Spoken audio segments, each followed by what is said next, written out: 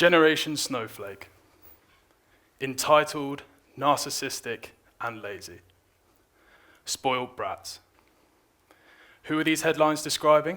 They're describing me and the vast majority of you here today. They are describing today's young adults, and more specifically, millennials. This is a generation that has undergone a considerable amount of criticism for its attitude to life, and a generation that is being dismissed as ineffectual and a drain on resources. However, I am here to argue that millennials are different. They are actually driving a change in attitude that is ultimately saving the world, and not in a way that you might expect. The changes are not stemming from more active volunteering or fundraising through NGOs, but through educated financial investments. Judging by these headlines, the media have very little faith that this may be true, but allow me to explain. I'm sure you are all aware of the current issues surrounding climate change, but for those of you who are not, here are just a few facts to refresh your memory. The Intergovernmental Panel on Climate Change is a body of the United Nations, formed in 1988. Their aim is to provide objective, scientific views of climate change and its various impacts.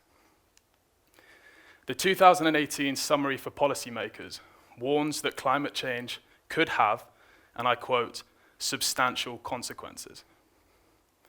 The Earth's global temperature is expected to rise by 1.5 degrees Celsius between the years of 2030 and 2052.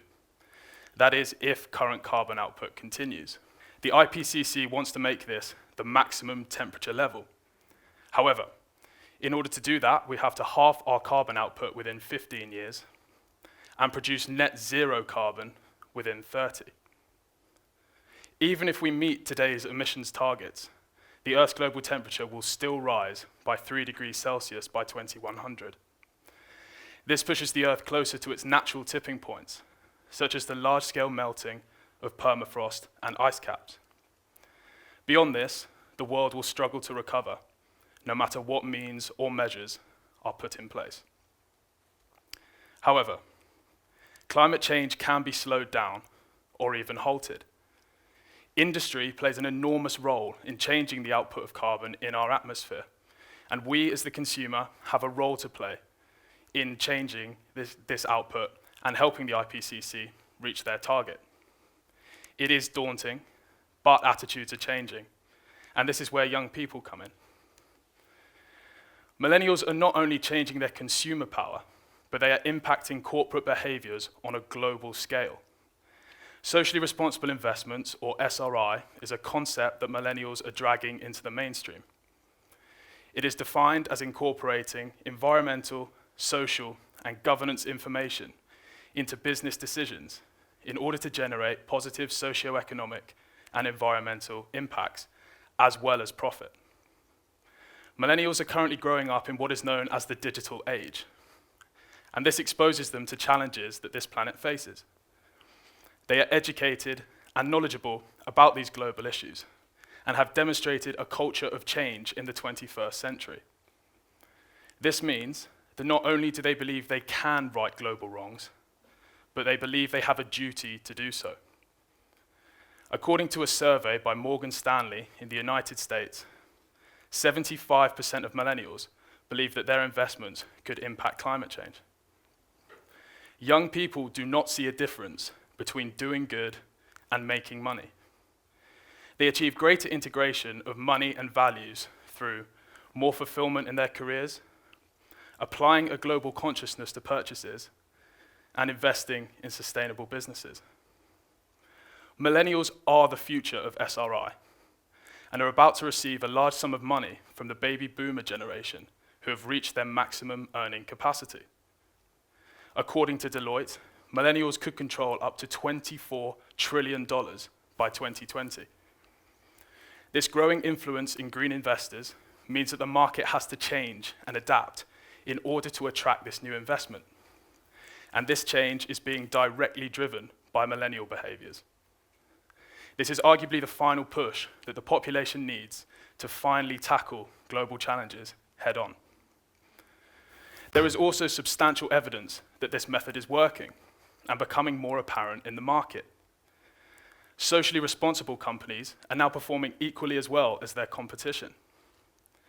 According to a study by RBC, SRI investments no longer produce lower returns, and this is shown in the graph behind me. The socially screened and weighted stocks appear here in dark blue, and the benchmark Canadian index here in gold. There is an undoubted urgency and opportunity in tackling environmental issues, particularly climate change. SRI investments have experienced an annual growth rate of 107.4%. This graph from the Forum of Sustainable and Responsible Investments highlights this annual growth. We can see a rapid increase from $1 trillion in 2012 to $4.3 trillion in 2014. In turn, stakeholder priorities are drastically changing as millennials develop into a working age. For example, in the United States, over 1/5 of funds under management are now screened against SRI criteria. 2 decades ago, data on carbon emission outputs were almost unobtainable. And as recently as the 1990s, there was little to no recognition that companies had social responsibilities whatsoever. Currently, 12 stock exchanges require listed companies to disclose environmental, social, and governance information. And EU legislation makes reporting these factors compulsory. But behind all this jargon and technical wording is a very simple message. And I believe it is best displayed using real-life examples. My little sister is 12 years old, and she recently received some money handed down from our grandparents. She is of an age now where she's starting to understand the concept of savings, and so thought it would be a good idea to invest some for the future. When asked what sort of company she was interested in, she said that her #1 priority was that the company was carbon neutral. And this was without any prompting from either myself or my family. She wouldn't even consider companies that dealt with finite resources or non-renewable energies. This change in attitude can also be seen on a larger scale. For example, in Belgium, a class of students missed school in order to attend a protest of 12,500 other young people to demand action on climate change. They vowed to return until world leaders paid attention. There was a sign from this that particularly stuck with me.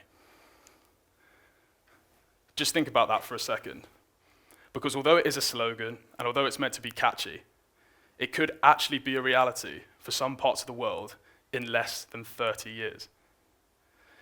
And although these are very small-scale examples, they can be extrapolated into a larger, more global shift in attitudes, and particularly in younger people.